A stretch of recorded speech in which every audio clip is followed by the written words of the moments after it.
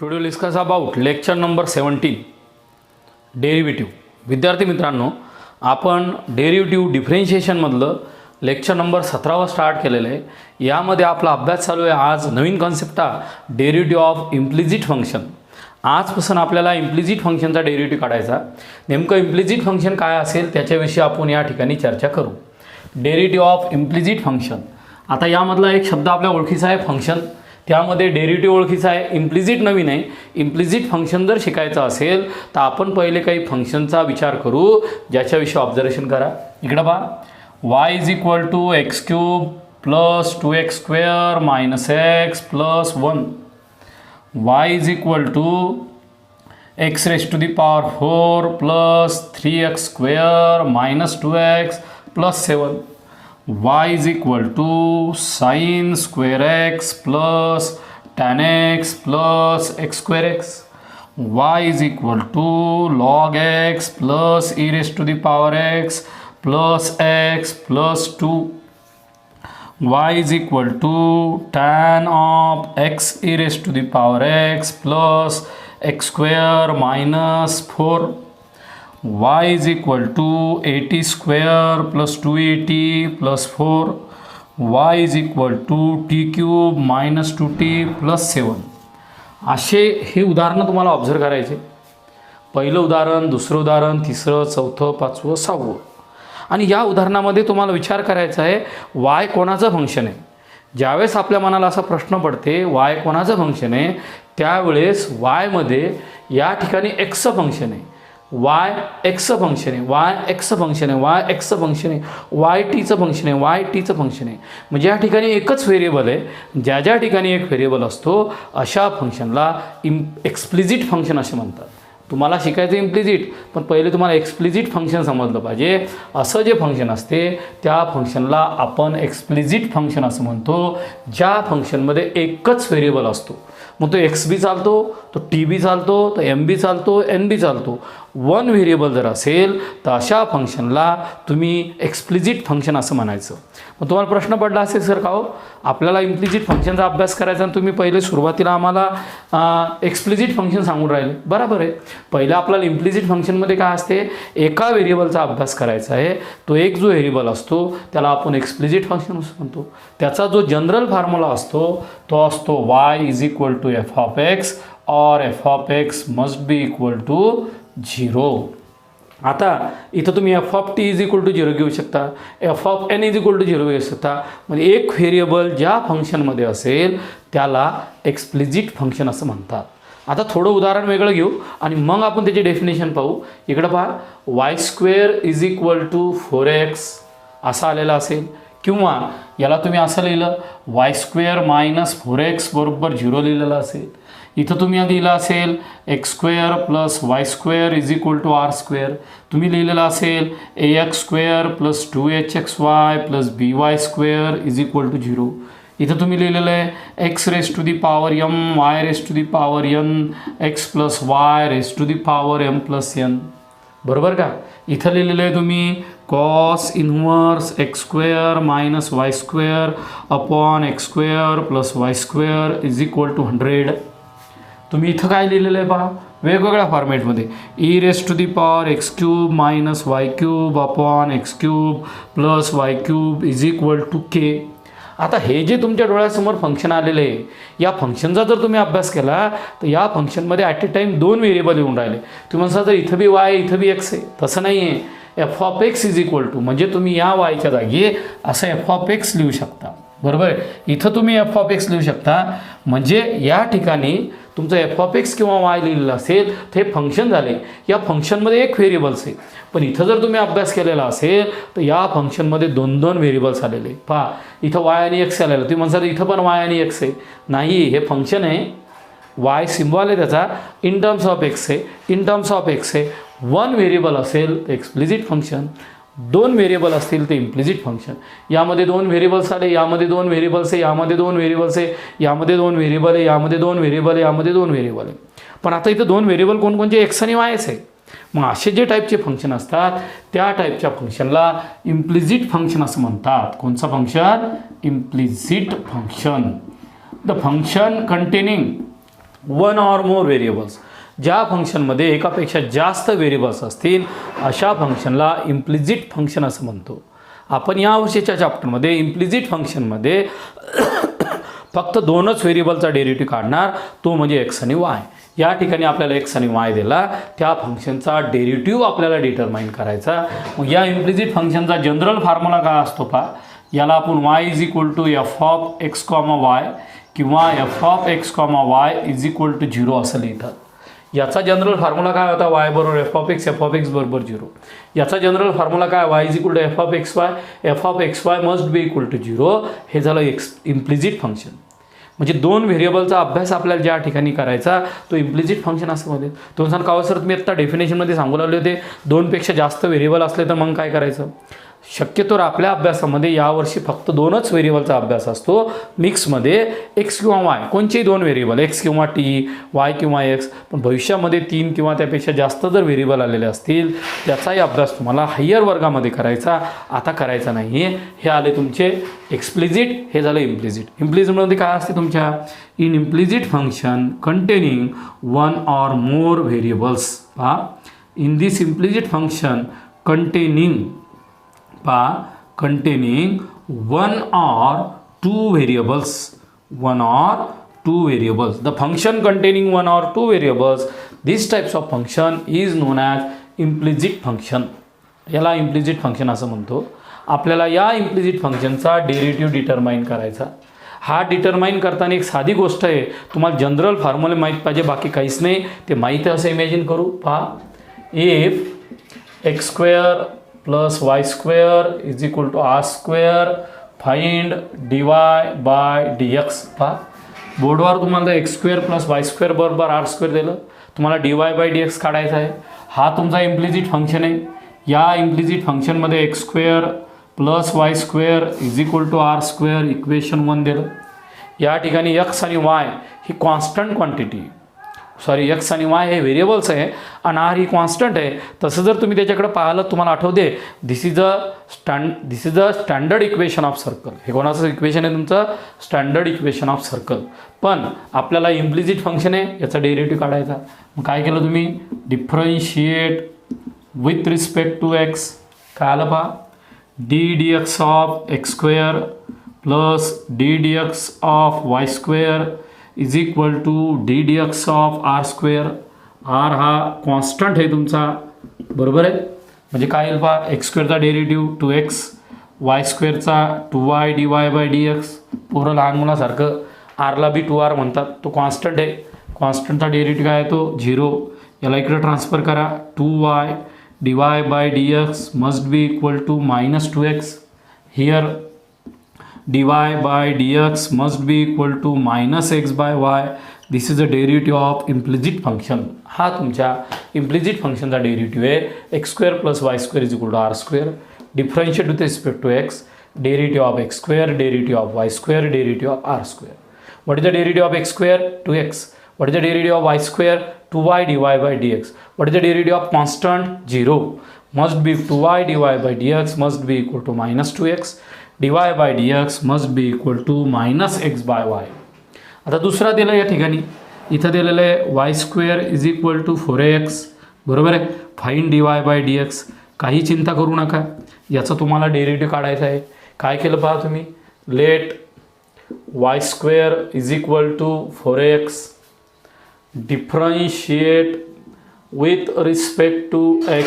काय d dx of y square 4a constant d dx of x. काय सांगा y square चा derivative 2y dy by dx 4a जसाच्या तसा x चा डेरिव्हेटिव्ह वर. काय उत्तर आलं, dy by dx must be equal to 4a upon 2. आता असं इमॅजिन करायला तुमचा डेरिव्हेटिव्ह पाठ आहे तर तुम्हाला समजेल, नाही तर बोर होईल. काय करून आले सर्व इथं पहा, dy by dx must be equal to, हे बघा इथं dy by dx 4a upon 2y. इथं आला 2a upon y is the required answer of the implicit function y square is equal to 4x. अशाच प्रकारे तुम्ही काय करा, 2-3 होमवर्क लिहा.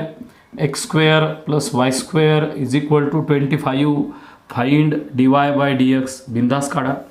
इथं y square is equal to 12x dy/dx काढा.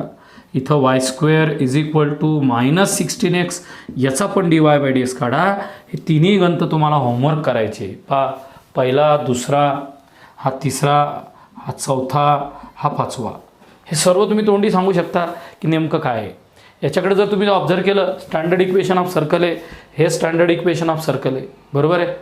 त्याच्यानंतर या ठिकाणी हे जे इक्वेशन ऑफ पॅराबोला, हे बी इक्वेशन ऑफ पॅराबोला.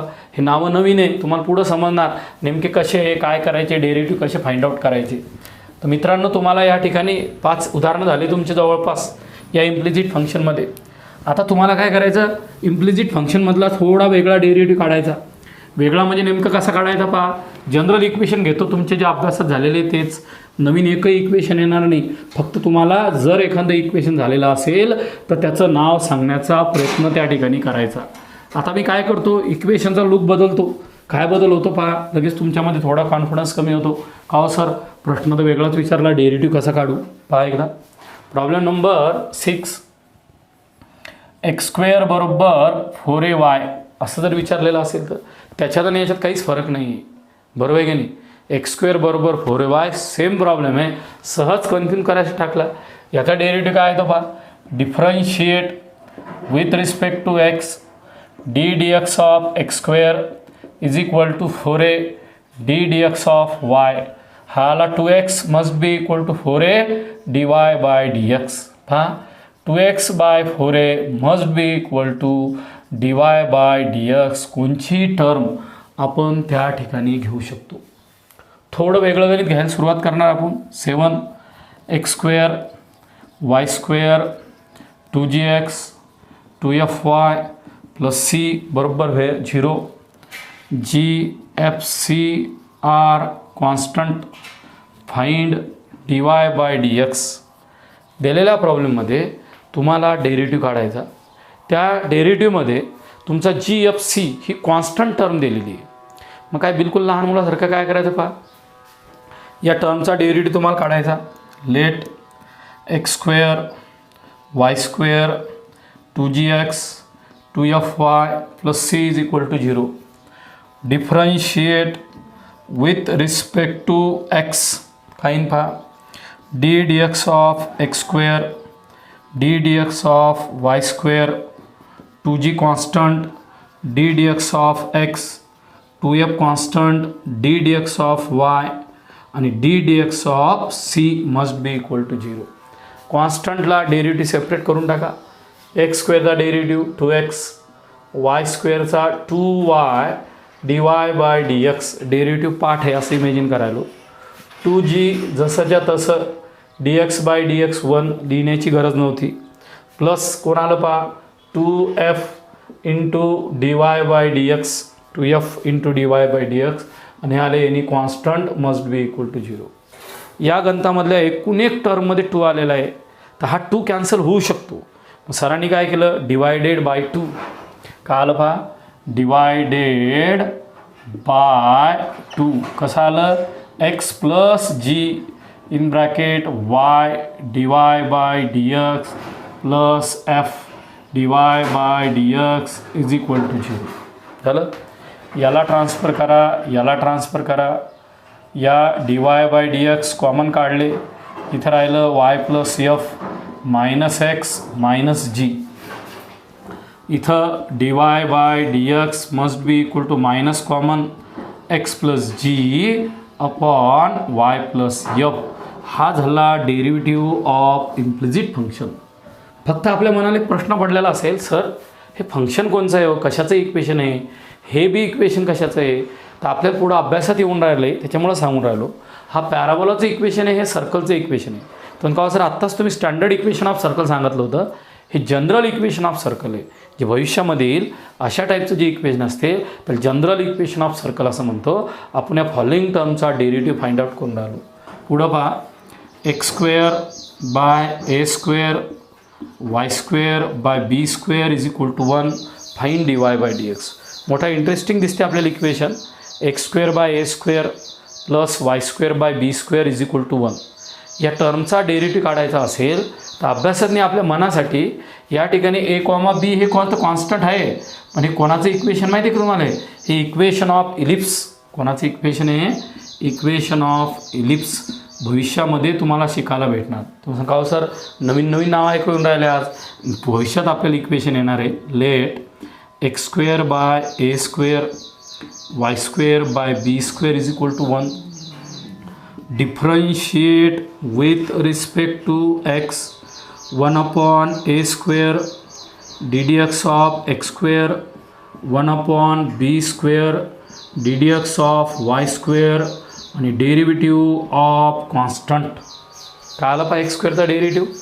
तो आलेला आहे 1 by a square into 2x 1 by b square into 2y dy by dx. कॉन्स्टंटचा डेरिव्हेटिव्ह 0. म्हणजे आपण या ठिकाणी बरोबर डेरिव्हेटिव्ह रिप्रेझेंट करून राहिलो. तो तुम्हाला येतो असं म्हणून आपण समोर चाललेलं आहे. इथं कोण आलं पहा 2x by a square 1 by b square 2y dy by dx is equal to 0. याला तिकडं न्या. कोण आलं पहा 1 by b square 2y dy by dx is equal to -2x by a square. शांततेने काम करा. दोन्हीकडच्या सारख्या term get cancel. dy by dx is equal to -xb square upon y a square. पहा मित्रांनो आपल्याला x square by a square plus y square by b square is equal to 1 ह्या इम्प्लिजिट फंक्शनचा डेरिव्हेटिव्ह डिटरमाइन करायचा होता. सरनं 8 नंबरचा problem सांगायला पहा. Differentiate with respect to x 1 by a square derivative of x square 1 by b square derivative of y square derivative of 1 is 0 2x by a square 1 by b square 2y dy by dx. त्या 2xला transfer केलं 2ला 2 get cancel. हे required answer आलं. Sir याच टाईपचं गणित तुम्हाला होमवर्क टाकतात. तुम्हीच सांगा एखादं मानानं. पहा x square by 16 plus y square by 9 is equal to 1. गणित लिहिल्या तुम्हाला उत्तरही समजलं. चला उत्तरही सांगून टाकतो तुम्हाला. पहा answer dy by dx must be equal to -9b square. का मग इथे येईल तुमचं 9x अपॉन 16y. आता अंदाजे उत्तर काढलं परफेक्ट मला माहीत नाही आहे. याच्यावरून पहा एक्स वाय कॉमन राहतील. बी स्क्वेअर ए स्क्वेअर बी स्क्वेअर म्हणजे 9 ए स्क्वेअर म्हणजे 16. तुम्हाला असं होमवर्क करता आलंच पाहिजे घरी. याच टाईपचं तुम्हाला डबल एक गतं तो घरी पहा होमवर्क. याच टाईपचं कोणचं होमवर्क देऊन राहिलं पहा. 10 नंबरचा प्रॉब्लेम दिलेला आहे. X square by a square minus y square by b square is equal to 1. 8मध्ये आणि 10मधला फरक आहे. 8मध्ये प्लस साईन आहे यामध्ये मायनस साईन आहे. तर लॉजिक असं म्हणते याचं आन्सर असं आलं पाहिजे. पहा इथं आलं पाहिजे x B square upon y a square. हे होमवर्क असेल हे त्याचा आन्सर असेल. अंदाजे तयार केलेला आन्सर आहे. चुकीचं असेल तर कॉमेंट्समध्ये सांगा सर तसं उत्तर आलं नाही. तर आता आपल्याला थोडं वेगळं पाहायचं. पहा हा पॅराबोला आहे, हे सर्कल आहे, हा इलिप्स आहे आणि हा हायपरबोला आहे. अरे तुम्ही सांगा सर 8 आणि 10मध्ये इथं प्लस साईन आहे इथं मायनस साईन आहे. ओके ही जर प्लस साईन असेल तर इलिप्स आणि जर मायनस साईन असेल तर हायपरबोला. अशा प्रकारे तुम्ही या ठिकाणी जवळपास 10 एक्झाम्पल पाहिलेले आहे. फक्त आता तुम्ही म्हणसाल का सर हे नवीन नवीन इक्वेशन जे सांगितले ते आम्हाला समजले नाही. ते इक्वेशन तुम्हाला समजणारच नाही. सहज आपण काही नावं सांगितले. सर्कलचं इक्वेशन घेतलं, पॅराबोलाचं इक्वेशन घेतलं, हायपरबोलाचं इक्वेशन घेतलं. या प्रॉब्लेममध्ये कुठेही इक्वेशनचं नाव लिहिण्याची गरज आपल्याला पडत नाही. त्याच्यामुळे नावाशी काही घेणदेण नाही. प्रॅक्टिससाठी आपण करून राहिलो. आता तुम्ही हे नाव सांगा. माझ्या मते तुमच्या ओळखीचं असेल. पहा if ax square plus 2hxy plus by square is equal to 0 find dy by dx. जसं गणित लिहिलं तसं मॅक्झिमम मुलामुलींना आठवलं. हो सर हे इक्वेशन आमचं तुम्ही शिकवलेलं आहे, अगोदर झालेलं आहे. ते कशाचं इक्वेशन आहे तुमचं? Joint equation of pair of lines passing through origin. कशाचं इक्वेशन आहे तुमचं? ते joint equation of the pair of lines passing through origin. हे तुमचं joint equation of pair of lines आहे जे ओरिजिनमधून पास होते. आपल्याला ओरिजिनमधून पास होते कोण आहे याच्याशी घेणं देणं नाही, आपल्याला डेरिव्हेटिव्ह काढायचं आहे फक्त. सरांनी काय सांगितलं, मागचे इक्वेशन तुम्ही पाहिलेले नाही, हे इक्वेशन 12वीच्या पेअर ऑफ स्ट्रेट लाईनमध्ये बऱ्याचशा मुलांनी पाहिलेलं आहे. इथं तुमचा ए एच बी ह्या कॉन्स्टंट टर्म असतात. मग काय करायचं पहा, let ax² 2hxy plus by² is equal to 0. या टर्मचा डेरिव्हेटिव्ह काढायचा, differentiate with respect to x. इथं a into derivative of x² plus 2h derivative of xy plus b derivative of y² is equal to 0. इथं x² derivative आलेला आहे 2x, 2h जसाच्या तसा, variable into variable. इथं direct derivative येणार नाही, product टू लिहिन. First function as it is, derivative of second function as it is, derivative of first. इथं तुमचा प्रॉडक्ट टूलनं जन्म घेतला. First function as it is, derivative of second as it is, derivative of first. B जसाच्या तसा, y² derivative 2y dy/dx must be equal to 0. आता गणित तुमच्याशी बोलते, काय सांगते गणित, तुम्ही dy/dxच्या टर्म आणि विदाऊट dy/dxच्या टर्म सेपरेट करा. त्या सेपरेट करण्यासाठी तुम्ही मल्टिप्लाय करा किंवा दिलेल्या टर्ममधला 2 कॅन्सल करू शकता. मग सरांनी काय केलं पहा, पहिले 2 कॅन्सल केला आणि मल्टिप्लाय ॲट ए टाईम केलं. डिवायडेड बाय 2, इथं ax आलं, इथं आलं hx dy/dx प्लस इथं hy आलं dx/dx 1, इथं आलं by dy/dx must be equal to 0. या स्टेपमधला सर्व 2 कॅन्सल झाले. ax hx dy/dx hy आलं, या ठिकाणी by आलं dy/dx आलं. dy/dxच्या टर्म एका साईडला घ्या, विदाऊट dy/dx एका साईडला घ्या, कारण आपल्याला dy/dx फाइंड आउट करायचं आहे.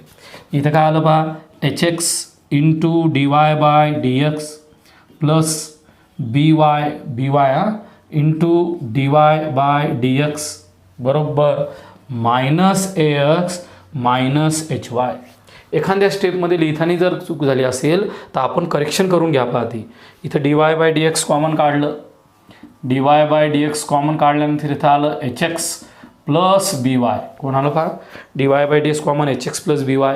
इथून मायनस साईन कॉमन काढा, कोण आलं पहा, ax प्लस hy.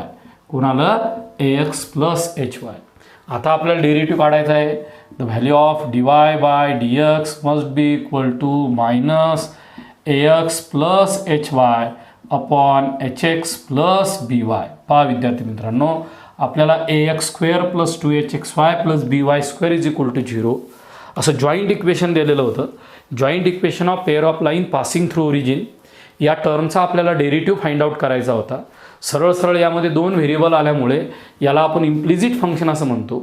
त्या इम्प्लिजिट फंक्शनमध्ये याचा डेरिव्हेटिव्ह, याचा प्रॉडक्ट टूलचा, याचा डायरेक्टनं काढला, dy/dxच्या टर्म घेतल्या, दिलेला प्रॉब्लेम सॉल्व केला. आता हाच प्रॉब्लेम डबल घेतो मी तुमचा, सेम दोघांमधला फरक सांगायचा. ax² 2hxy by² 2gx 2fy plus c is equal to 0. आता ax² plus 2hxy plus by² plus 2gx plus 2fy plus c is equal to 0.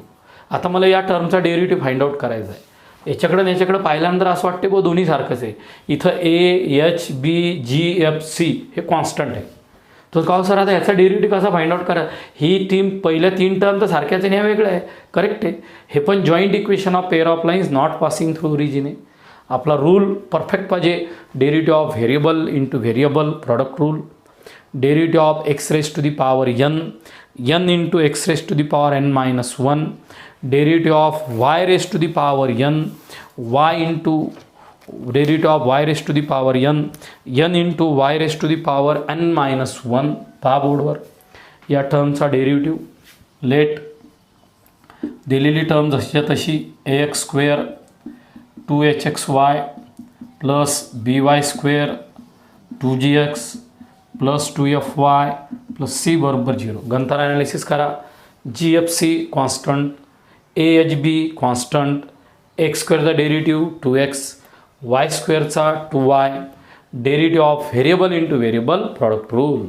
याचा डेरिव्हेटिव्ह म्हणजे काय, DIFF नाही म्हणायचं, differentiate with respect to x. चला read करा मनातल्या मनात माझ्यासोबत पाहताना. Differentiate with respect to x हे थेरॉटिकल. मॅथमॅटिकली काय आहे पहा, a d d x of x square 2h d d x of x y plus B d d x of y square. मनातल्या मनात म्हणायचं 2g d d x of x plus 2f d d x of y आणि derivative of constant. पहा मित्रांनो, differentiate with respect to x हा theoretical. Mathematically d d x d d x d d x d d x. हा इथं 2ax plus 2h हाच derivative काढला इथे बा, डबल तोच आला. First function as it is derivative of second function as it is derivative of first. हे बा variable into variable product rule plus b 2y dy by dx. 2gxचा derivative आला पहा, 2gxचा 2g हा कोण आला 2f dy बाय dx आणि डेरिव्हेटिव्ह ऑफ कॉन्स्टंट किती आला 0. डेरिव्हेटिव्ह ऑफ कॉन्स्टंट किती आला 0. दिलेल्या टर्ममधला फक्त एकदा 2 कॅन्सल करा आणि मल्टिप्लाय करून घ्या, मागच्यासारखंच करा. डिवायडेड बाय 2 इथं आलं ax plus hx dy by dx plus hy plus by dy by dx plus g not 2g only g 2 multiply केलं प्लस इथं आलं f dy by dx must be equal to 0. आता without dy by dx transfer ही term आणि ही term cancel करा. आता dy bye dxच्या ज्या टर्म राहिल्या त्या पहा, इथून dy बाय dx कॉमन काढलं, इथं राहिलं hx plus by plus f. हे बघा बरोबर, dy बाय dx कॉमन काढलं ना, hx इथं by प्लस f, इथं कोण आलं पहा minus ax minus hy minus g. Last step पहा, dy by dx in bracket hx plus by plus f minus sign common ax plus hy plus g. काय उत्तर आलं पहा, dy by dx must be equal to minus ax plus hy plus g upon hx plus by plus f is the required answer of the given problem. म्हणजे विद्यार्थी मित्रांनो, आपल्याला या ठिकाणी डेरिव्हेटिव्ह दिलेला होता, तो डेरिव्हेटिव्ह फाइंड आउट करायचा होता इक्वेशनमध्ये. ax square plus 2hxy plus by square plus 2gx plus 2fy plus c बरोबर 0. ज्यावेळेस आपण 11th आणि 12 नंबरचा प्रॉब्लेम पाहिला, दोन्ही सारख्या एक एक स्टेप नवीन आल्या. 12मध्ये GFC कॉन्स्टंट आहे, लहान मुलासारखा डेरिव्हेटिव्ह काढायचा, derivative of variable into variable product rule, derivative of x raise to the power n, derivative of y raise to the power n आणि सॉल्व करत जायचं. आता तुम्हाला या ठिकाणी मी डबल एक होमवर्क टाकतो पहा, सेम टू सेम फरक सांगा. इथं आलं 3x square plus 5xy plus 9y square plus 2x plus 7f plus 100 is equal to 0. पहा मित्रांनो, प्रॉब्लेम नंबर 13मध्ये काय केलं सर ना, तुमचा जो ABC आहे, पहा केअरफुली पहा, तुमचा जो ABC आहे किंवा HG आहे त्या ठिकाणी 3, 5, 9 अशा टर्म घेतलेल्या आहे. म्हणजे ABC आणि GFC या कॉन्स्टंटच्या जागी सरांनी तुम्हाला नंबर लिहिलेला आहे. मग ते नंबर लिहिल्यानंतर घरी तुम्हाला त्या टर्मचा डेरिव्हेटिव्ह शांततेनं करायचा आहे. आता जसा डेरिव्हेटिव्ह काढला तसाच येईल. मागचं उत्तर GFCमध्ये आलं होतं, हे उत्तर GFCमध्ये येणार नाही, हे उत्तर तुमच्या नंबर्समध्ये येईल. ते तुम्हाला घरी होमवर्क करायचं आहे. नवीन प्रॉब्लेम पहा, जो तुम्हाला डेरिव्हेटिव्ह फाइंड आउट करायचा आहे. इथं दिलेलं आहे त्यानं, पहा केअरफुली. नवीन प्रॉब्लेम फाइंड आउट करायचं आहे तुम्हाला पटकन. काय आहे सर पहा, x raise to the power 5 xy चा cube x square y plus y raise to the power 4 is equal to 4. आता आपल्याला दोन प्रॉब्लेम सॉल्व करायचे. त्या दोनमधला हा प्रॉब्लेम असेल, काही टेन्शन घ्यायचं नाही. दिलेला प्रॉब्लेमचा आपल्याला dy/dx काढायचा. बरं, आपला जो 2 टेक्निक आहे, एक शॉर्टकट मेथडसुद्धा आहे आपल्याजवळ, ती आपण अजून थोडेफार प्रॉब्लेम झाल्यानंतर शॉर्टकट मेथड तुम्हाला शिकवल्या जाणार आहे, ज्यामध्ये तुम्हाला डायरेक्ट डेरिव्हेटिव्ह फाइंड आउट केला जातो. आपल्याला एक्झाममध्ये जर विचारलेलं असेल तर आपल्याला डायरेक्ट डेरिव्हेटिव्ह लिहिता येत नाही. 2 प्रॉब्लेम पाहणार पहा. या टर्मचा डेरिव्हेटिव्ह काढायचा. पहिला रूल माझ्यासोबत, derivative of variable into variable product rule. Derivative of x⁻n n into x⁻n-1. Derivative of y⁻n n into y⁻n-1 into dy/dx. Derivative of any constant 0. Ready? पहा. लेट x⁵ xy चा cube x² y⁴ is equal to 4. या टर्मचा derivative differentiate with respect to x. इथं कोण आलं पहा, derivative of x⁵, derivative of xy चा cube, derivative of x²y, derivative of y⁴, derivative of 4 constant काही असू द्या. याचा डेरिव्हेटिव्ह 5x⁴, याचा derivative first function as it is, derivative of second function as it is, derivative of first. Product rule पहिला, product rule दुसरा, first function as it is, derivative of second as it is, derivative of first. जसं आपण जेवण 2-2, 4-4 time करतो तसा आपण derivative जो असतो प्रॉडक्ट रूल, तो जेवढ्या वेळेस व्हेरिएबल इंटू व्हेरिएबल येईल तेवढ्या वेळेस प्रॉडक्ट रूल अप्लाय करायचा. इथं कोण आलं पहा, derivative of y⁴, 4y³ dy/dx. Derivative of constant must be equal to 0. बस लहान मुलासारखं काम करा. हे बा 5x⁴ x into 3y² dy/dx. तुम्हाला y³ डेरिव्हेटिव्ह पाहणं किती प्रॅक्टिस झालेली आहे.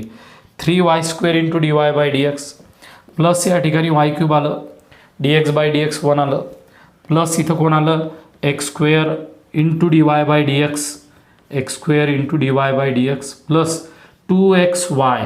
हा जो x² आहे याचा डेरिव्हेटिव्ह 2x आला म्हणून 2xy येईल, प्लस या ठिकाणी येईल 4y³ dy/dx must be equal to 0.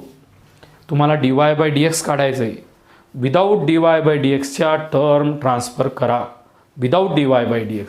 हे बा, ही टर्म तिकडे गेली, ही टर्म तिकडे गेली, ही टर्म तिकडे गेली.